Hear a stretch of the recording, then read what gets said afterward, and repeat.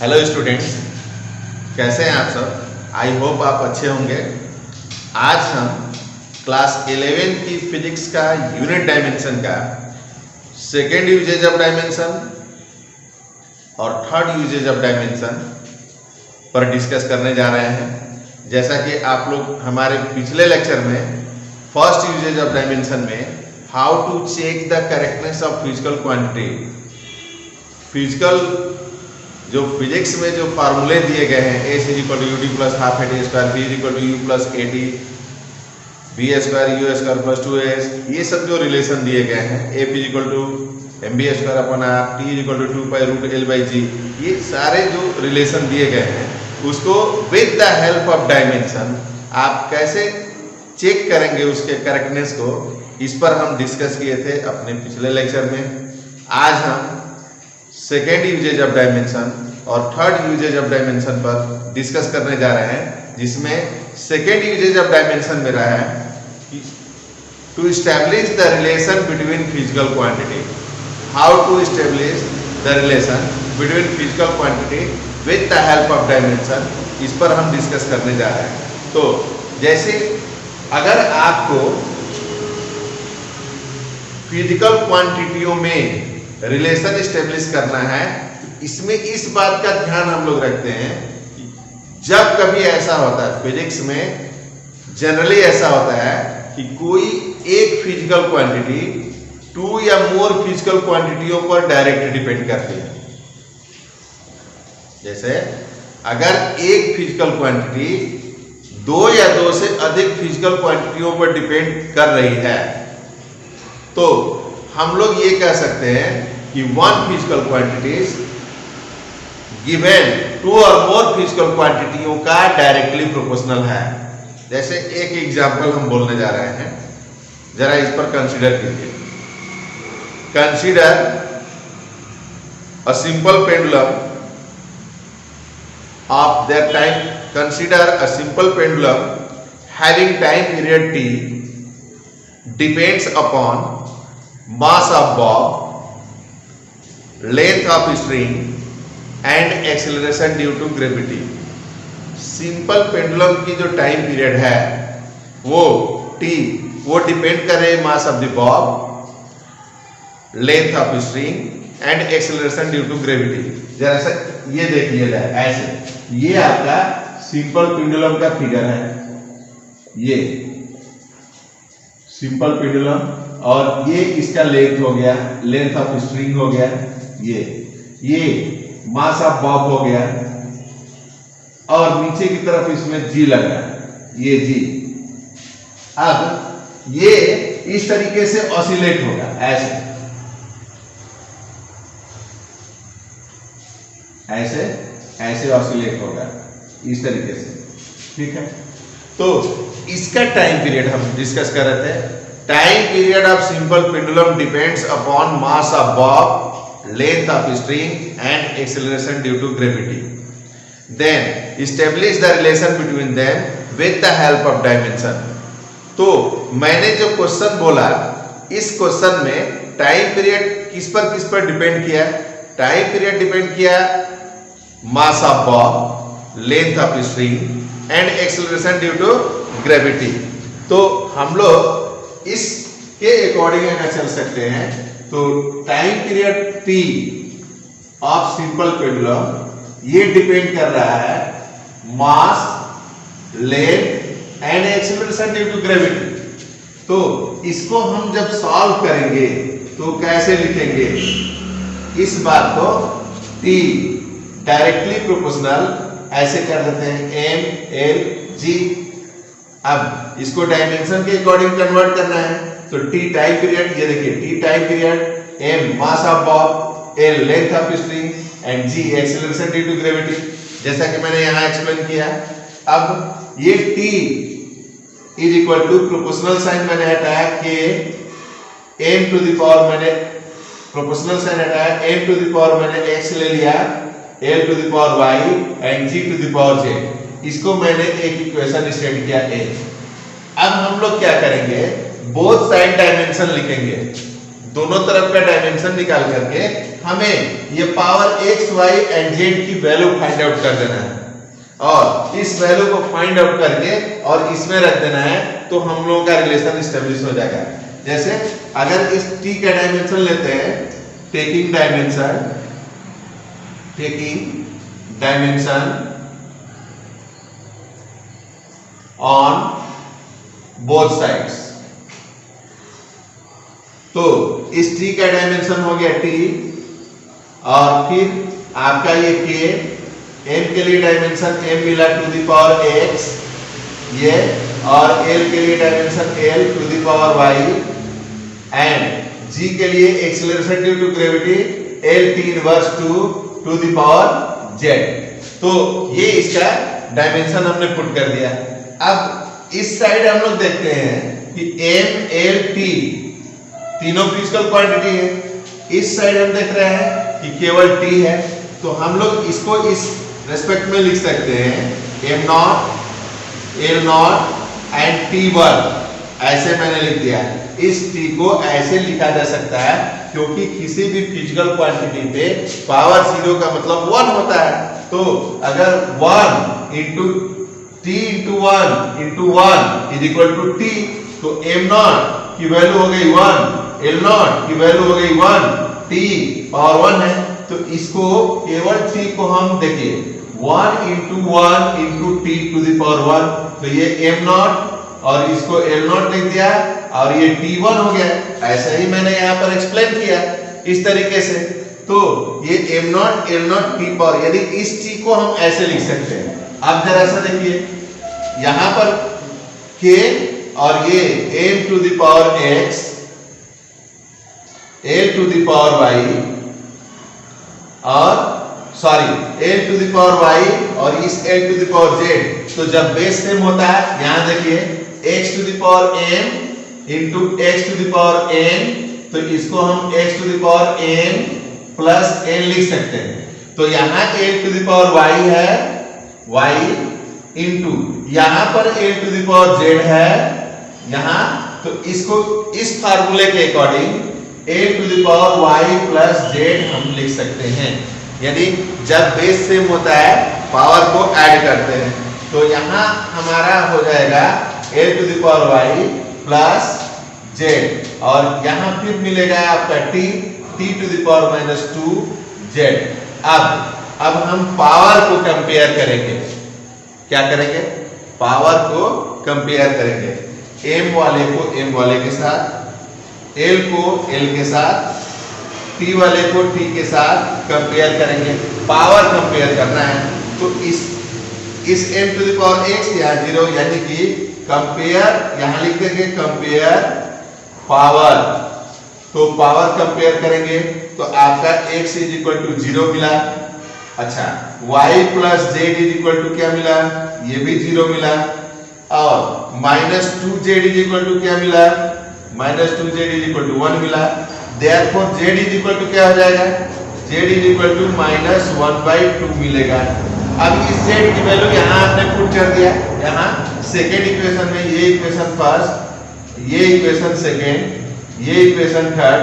तो इस z की वैल्यू हमने सेकेंड में रख दिया, तो y minus 1/2 is equal to 0, therefore y is equal to 1/2।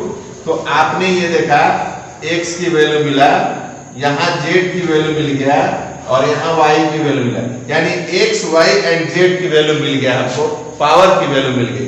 तो इस पावर की वैल्यू हम ले जा करके इस इक्वेशन में पुट कर देते हैं। अब इस इक्वेशन में जब हम वैल्यू पुट करेंगे तो हम लोगों को क्या मिलेगा? यहाँ देखिए, यहाँ से हम लोग ले लेते हैं फ्रॉम इक्वेशन ए इक्वेशन से हम चलते हैं, तो देखिए t is equal to k m to the power x l to the power y g to the power z। अब हमें x y z की वैल्यू यहाँ पर मिली हुई है, तो हम इसको पुट करेंगे, then t is equal to k m to the power 0 l to the power कितना? y की वैल्यू कितनी है? 1/2, yes 1/2 and g to the power minus 1/2। तो जब कभी भी किसी फिजिकल क्वांटिटी पे पावर हाफ होता है तो वह फिजिकल क्वांटिटी रूट में चली जाती है, और अगर किसी फिजिकल क्वांटिटी पे पावर 0 है तो वह फिजिकल क्वांटिटी 1 हो जाती है। Power 0 means 1। तो अब यहाँ ये 1 हो गया, यानी m नॉट 1 और l to the power half l to the power minus half, तो ये रूट में चला जाएगा, तो it can be written as t equal to k root, और ये प्लस वाला है तो l, और ये माइनस है तो इसके नीचे चला जाएगा g। That is the relation of time period of simple pendulum. इस तरीके से हम लोग with the help of dimension time period हम लोग फाइंड आउट कर लेते हैं। ये आपका रिलेशन है, ऐसे ऐसे एक्सप्लेन करते हैं। मैं आपको एक और एग्जांपल दे रहा हूं, how to establish the relation between physical quantity. एक और एग्जांपल दे रहा हूं, मुझे ये क्लियर हुआ। अब सेकेंड एक एग्जांपल, जरा क्वेश्चन को ध्यान से सुनिएगा, थोड़ा सा एक्सप्लेन कर दे रहे हैं। ड्यूरिंग सर्कुलर मोशन, जब कभी भी सर्कुलर मोशन होता है तो हम लोग कैसे कैसे करते हैं। बच्चे इस बात को जानते हैं कि सर्कुलर मोशन होता है तो सर्कुलर पाथ से उसके सेंटर की तरफ एक एक्सेलरेशन एक्टिवेट होता है जिसका नाम होता है सेंट्रीपिटल एक्सेलरेशन, और फोर्स लगता है सेंट्रीपिटल फोर्स होता है। कैसे इस बात को हम लोग लिखते हैं समझते हैं। During circular motion a body move on a circular path with radius r and velocity v. During this case, speed of body remain constant, but their velocity changes due to change of their direction. And we know that change in velocity called acceleration, and this acceleration always acted toward the center of circle. Therefore, it is called centripetal acceleration. And the force during this case is known as centripetal force. Centripetal force क्या है?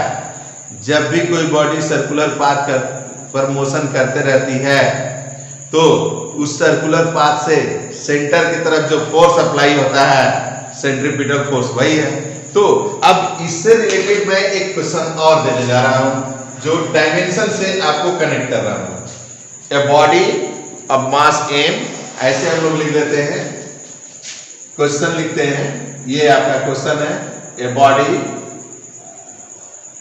Of mass m moving on a circular path, moving on a circular path with radius r and velocity v. The centripetal force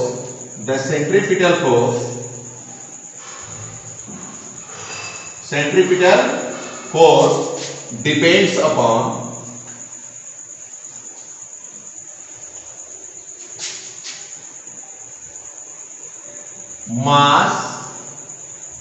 velocity and radius of circular path. Then they establish the relation between them with the help of dimension. That is your question. A body of mass m moving on a circular path with radius r and velocity v. The centripetal force depends upon mass, velocity and radius of circular path. Then they establish the relation between them with the help of dimension. तो यहां हम लोग ये देखते हैं, यहां पे इस क्वेश्चन को केयरफुली रीड करते हैं तो ये क्लियर है। जब हम लोग इसको सॉल्व करते हैं तो mass centripetal force, that is your centripetal force, ये centripetal force depends upon mass, velocity and radius. Mass, velocity and radius पर डिपेंड कर रहा है। तो how can we written of this relation? That is, if as we know from the relation, if directly proportional MVR। Dimension की बात है तो इस पर हम लोग पावर लेंगे, that is x, y and z।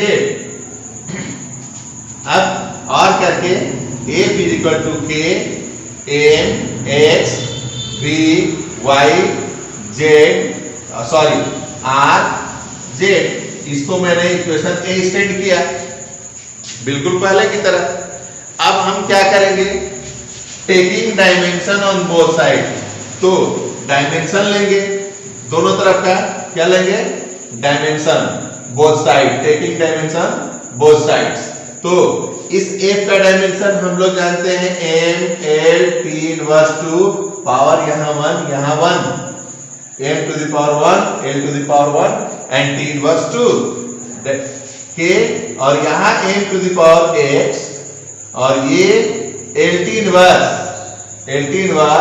To the power Y, and ये R radius length L, that is L to the power Z। फिर पहले की तरह हमने क्या किया, क्या करेंगे हम लोग कि इसको वैसे ही ले लेंगे, M 1 L 1 T inverse 2,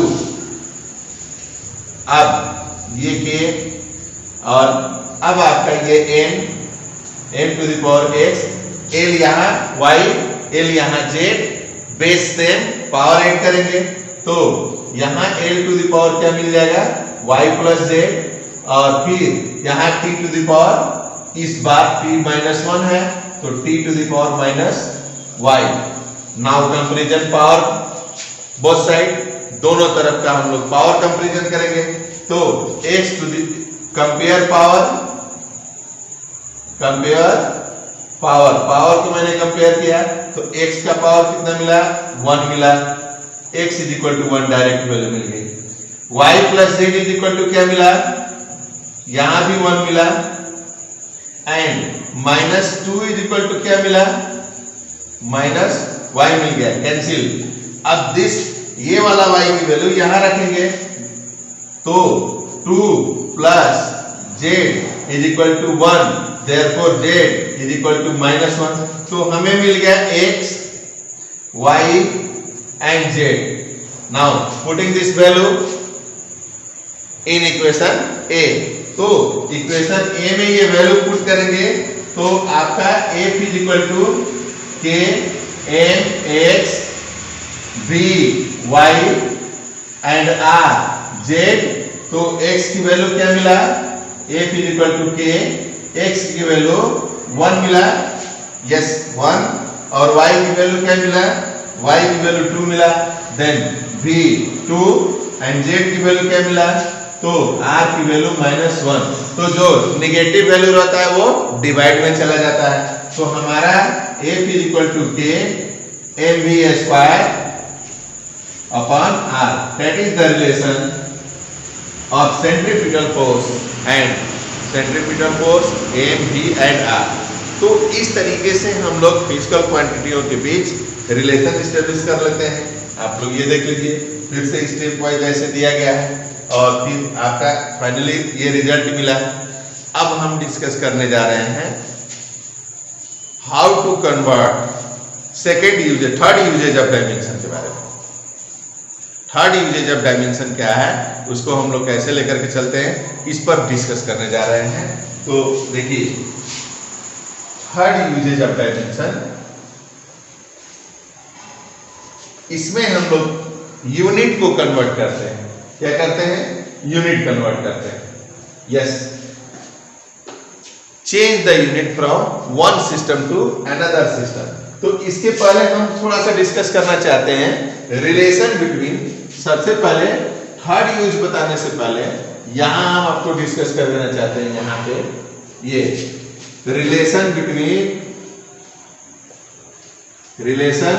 between unit and magnitude.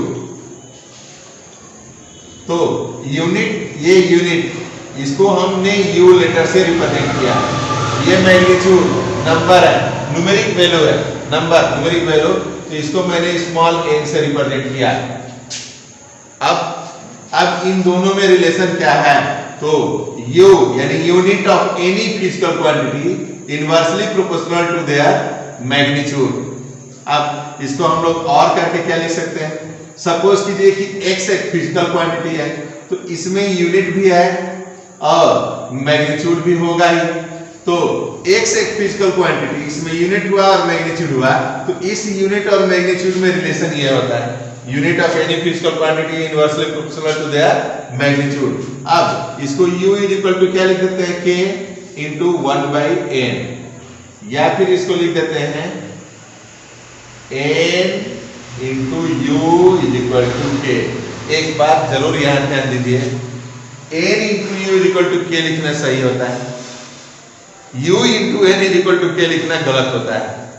क्यों होता है, हम लोग पहले कभी भी जैसे लिखते हैं 4 kg, तो ये मैग्नीट्यूड हुआ n और ये यूनिट हुआ u, तो इस बात को हम कभी नहीं लिखते हैं kg4, ऐसा लिखना गलत होता है।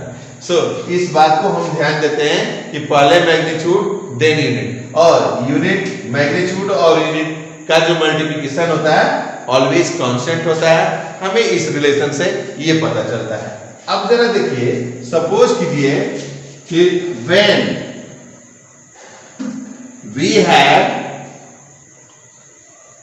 two types of physical quantities, two types of physical quantities, physical quantities, that is x and y, x और y हो, तो x के लिए यूनिट हो गया u1 और मैग्नीट्यूड हो गया n1, y के लिए यूनिट हो गई u2 और मैग्नीट्यूड हो गया n2। तो इसको फ्रॉम अबव, इस रिलेशन के अकॉर्डिंग इसको लिख सकते हैं हम लोग n1 into u1 is equal to k, और इस वाले को ये एक इक्वेशन हो गया, और इसको लिख सकते हैं n2 into u2 is equal to k।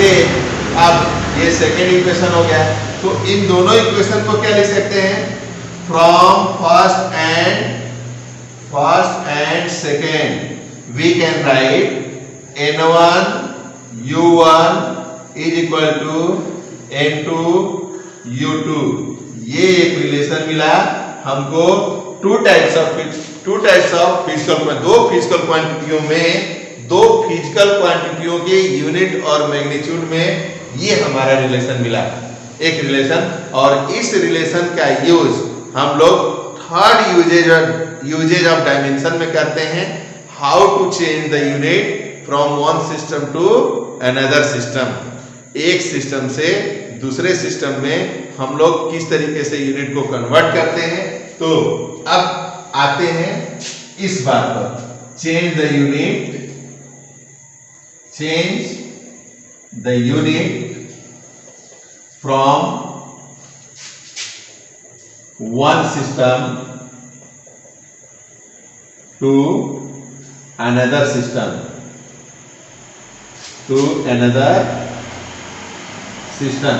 अब जरा देखिए, इस तरीके से हम लोग जब कभी भी with the help of dimension unit का कन्वर्जन करते हैं, तो इस रिलेशन की जरूरत पड़ती है n1 u1 is equal to n2 u2। तो consider from the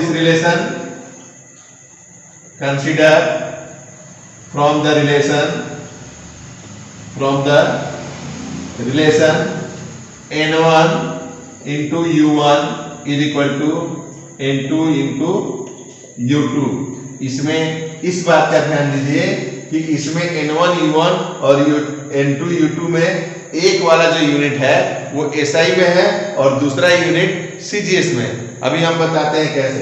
अब इस सपोज कीजिए late u1 is equal to, मैंने मान लिया m1 l1 p1 to the power x y z, and u2 is equal to मैंने ले लिया m2 l2 and p2 x y and z। अब इस वैल्यू को हम इस इक्वेशन में पुट कर देते हैं।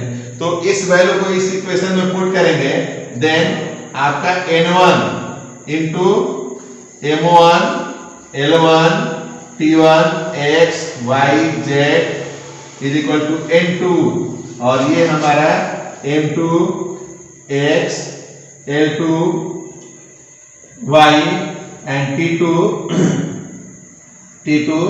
Z। अब हमें ये फाइंड करना है N2, therefore N2 is equal to N1 और ये मिल जाएगा आपका M1 अपान M2, एक साइड कर लिया टू द पावर x और ये L1 upon L2 to the power y and T1 upon T2 to the power z। अब इस इक्वेशन का यूज करके हम लोग यूनिट को कन्वर्ट कर सकते हैं, from one system to another system unit को चेंज किया जा सकता है। अब इसमें सपोज कीजिए कि अगर ये CGS में है, CGS में ये सभी CGS में है तो ये नीचे वाला किस में हो जाएगा, SI में हो जाएगा, ये वाला SI में हो जाएगा। जैसे आपको एक एग्जांपल हम देने जा रहे हैं, एक एग्जांपल, सिंपल सा example, convert 1 newton into dyne. ये मेरा क्वेश्चन है, कन्वर्ट 1 न्यूटन इनटू डाइन। जाना पहचाना आप लोग का है इसलिए ये एग्जांपल दे रहे हैं, और भी हम बहुत सारे एग्जांपल देंगे। तो 1 न्यूटन को हम लोग डाइन में कन्वर्ट करने जा रहे हैं। तो जब कभी भी ऐसा क्वेश्चन है तो गिवन में हो जाएगा, given N2 is equal to N1 is equal to 1 newton हो गया, 1 न्यूटन। N2 हमें फाइंड करना है, तो सबसे पहले ये देखते हैं कि न्यूटन किस फिजिकल क्वांटिटी की यूनिट है। तो हमें पता चला कि न्यूटन फोर्स की यूनिट है, तो फोर्स का डायमेंशन ले लेंगे M L T इनवर्स 2 1 1। तो ये फोर्स का डायमेंशन मिला। अब इस फोर्स के डायमेंशन से यहीं से हमें पता चल जाता है x y एंड z की वैल्यू मिल जाती है, x y एंड z की वैल्यू मिल जाती है। जिस फिजिकल क्वांटिटी को कन्वर्ट करना रहता है सबसे पहले हम लोग उसका डायमेंशन लिखते हैं। तो मैंने इसको कन्वर्ट करना था 1 न्यूटन को डाइन में, देयरफॉर हमने फोर्स का डायमेंशन लिख दिया है। और यहाँ पर जो पावर मिला M1 L1 T इनवर्स 2, तो ये x y एंड z की वैल्यू मिला। अब हम क्या करेंगे, फार्मूला यूज करेंगे, N2 is equal to N1, ये N1 की जगह पर 1 इंटू, अब ये M1 upon M2 to the power x की वैल्यू 1 हो गया, और L1 upon L2 to the power y की वैल्यू मिला 1 एंड T1 अपान T2 ये पावर z की वैल्यू -2 मिला। अब हम कन्वर्ट कर देंगे, एक वाला इसमें हमको SI में CGS में कन्वर्ट करना था, तो ये 1 और ये मिला आपका 1 किलोग्राम अपॉन 1 ग्राम। तो मैंने इसको ऊपर वाले को क्या मान लिया, इस ऊपर वाले को SI लिया और इस नीचे वाले को CGS में कन्वर्ट करना था, इसलिए CGS लिया।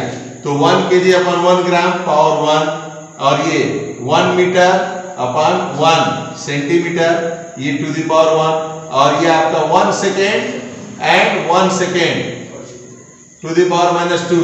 तो अब इसको सेम यूनिट में कन्वर्ट करने के लिए 1 इंटू 1000 ग्राम अपॉन 1 ग्राम पावर 1 100 पावर 1 और ये सेंटीमीटर, और आपका 1 into 1 second that is 1 second -2। तो 1 2 3 4 5 that is N2 is equal to 10 to the power 5 dyne. तो इस तरीके से 1 न्यूटन किसमें कन्वर्ट हो गया, डाइन में कन्वर्ट हो गया। तो इस तरीके से हम लोग सिस्टम ऑफ यूनिट को चेंज करते हैं, one system to another system change करते हैं। और भी बहुत सारे हम न्यूमेरिकल्स डिस्कस करेंगे। हम अगले लेक्चर में जाएंगे तो मिसक्यूनियस प्रॉब्लम ऑफ डायमेंशन पर डिस्कस करेंगे, और उसमें ये इस बात पर भी हम डिस्कस करेंगे कि how to change the unit from one system to another system. उसमें हम आपको अच्छे कुछ न्यूमेरिकल टिप्स भी देंगे। तब तक के लिए अगर हमारा ये लेक्चर समझ में आया है तो इसके लिए थैंक यू वेरी मच।